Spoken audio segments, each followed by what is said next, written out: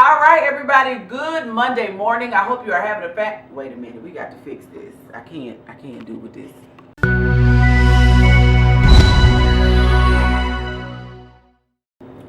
All right, everybody. Here we go. So we're gonna start with today. I told you I was gonna tell you what's in my cup because I'm sure drinking on it today. It's about gone. I just made it. I am drinking on Bulletproof Coffee. Okay, so these are not paid for sponsored advertisements on Bullet Coffee. This is just me telling you what I'm drinking on. I love Bullet Coffee. Now, the purpose of this coffee was actually generated and created for people that have brain fog. So after I had kids, I started to experience what we call brain fog, where your brain doesn't work quite as fast and all that good jazz. And I feel like, and it happens after you have kids or surgeries, and sometimes how your brain comes back together after you have surgeries, it doesn't, like, the dots don't connect as well. This actually coffee is designed for that. I do think that if you follow their system, it works. I really enjoy their coffee, and it is my staple. Listen, this is my favorite coffee. Like, me and you, us never part. This is my favorite. My key, da, da. Yes, that's how I feel about this coffee. It's that good. So I'll show you how I make it one day. Now look, I told y'all last week I was going to do Lavasa, and I did. But it was boring. So I didn't air it. I'm going to have to shoot that one again. Y'all just forgive me. I'm sorry. You know, my word is bond, but it was boring. I couldn't do it. Next shout out I want to give today. Y'all see this? Isn't it cute? Leonard Green from LTG Ministries sent me this. This house runs on coffee and Jesus. Y'all, I saw that he sent me this in the mail, and let me tell y'all, because I'm, you know, for me, my house runs on Amazon as well as coffee. Coffee Jesus at Amazon. I order everything off Amazon.com, like everything. And I had a package outside, and I was like, what is this? Like, what is this package? I don't know what this is. What is this? Who sent me this? What is this? So I opened the package, and it was this, and I thought it was fantastic. Like, it's perfect. And it will live over here on the side. It will be a permanent fixture because it's true. That's where it's going to live, over in my little side corner, but it is now occupied by this house runs on coffee and Jesus.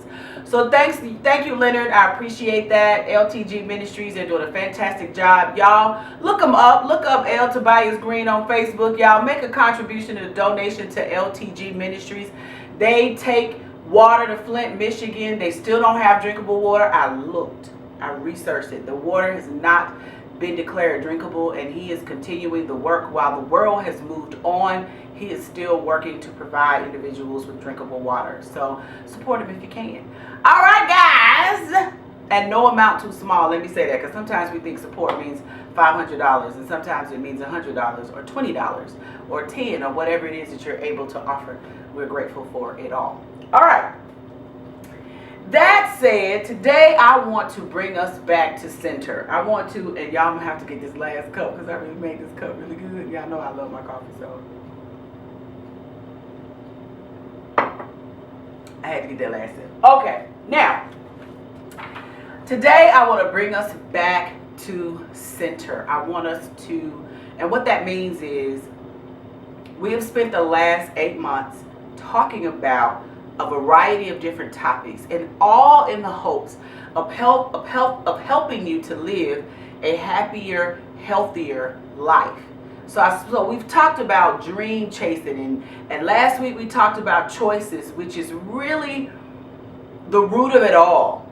But I want to dig a little bit deeper underneath the topic of choices and how this really applies to how we live happier, healthier lives.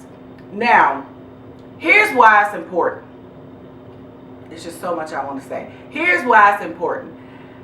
As we get busy in life, we can fall to the tyranny of busy, and you will look up and have everything you ever hoped and dreamed of and still be unhappy. You can have whatever that dream was in your mind, the career, the car, the family, if that was what you wanted, or the friends, or whatever it was that you dreamed for your life, and still get home at the end of the day and be totally unhappy. Need multiple cocktails or need prescription medicine to make it through the day. You're just not happy. Happiness is choice. But that's so cute. And it is choice in the sense of you saying, you know what, I'm just going to be happy today. And I'm not going to be sad. I'm not going to be blue. That is true.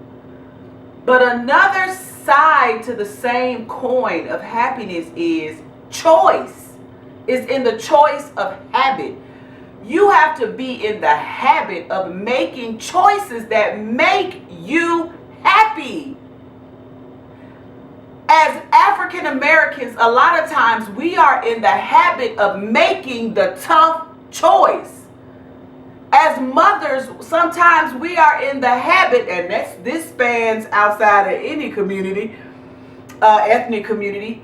We are in the habit of making choices for the advantage and the advancement of the family, but not necessarily for ourselves. That's the habit.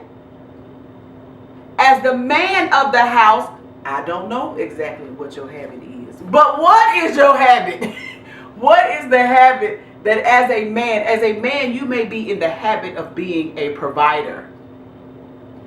You're in the habit of going to work, but and focusing on being a provider for the home. But does that make you happy? Is that fulfilling you? Let's go a little bit deeper. Here's why it's important. Because when you're happier mentally, when you're happier emotionally, when you're happier on the inside, you are better able to handle the challenges of life. See, we can't control the variables of life. We can't control the situations that life will throw your way. We cannot control those things. We can't control how it happens. We cannot. I told you all just a few short weeks ago that the dishwasher and the dryer went out same time. I have warranties on my appliances, so obviously I call the warranty people. Hey, I need y'all to come out and fix my stuff. However, still not fixed yet. So we wash the dishes, we're going to the laundromat. Then, y'all, over the weekend, my AC. Now, it's still blowing, but it's not blowing cold. It's blowing cool. So here I am recording this video, hoping that my makeup holding. Y'all, I'm hoping that the makeup hold, because I'm hot in my house.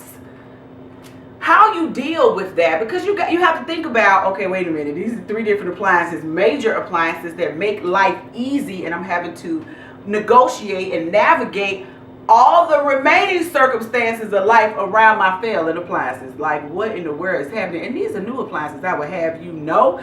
Like, well, the washing machine and dryer is old, but the dishwasher I just bought 2 years ago. Like, what is the problem? Like, I don't understand. But how you deal with that, it directly affects how resilient you are in your life. But you have to make it a habit. You have to make choices like that until it becomes a habit in your life that you make that you're habitually making choices that make you happy. So here's what I want you to do. Because I want you to do something for me. The first thing I want you to do is I want you to ask yourself, scale of 1 to 10, how happy am I? There's no right or wrong answer. You can pick an area. You can say, how happy am I with my job? How happy am I with my career field? How happy am I in how I parent? How happy am I as a wife? How happy am I as a husband? How happy am I as a partner in this relationship? How happy am I overall? I want you to find your happy number and say, okay, this is where I'm at, and I want to get to the next number. I want to move from a 5 to a 6. I want to move from a 7 to an 8. I want to move from a 9 to a 10. And then I want you to say, what is keeping you from getting to the next number? What do you need to feel more content Angela, at home. I need my house to be more organized. What can I do to organize my house better?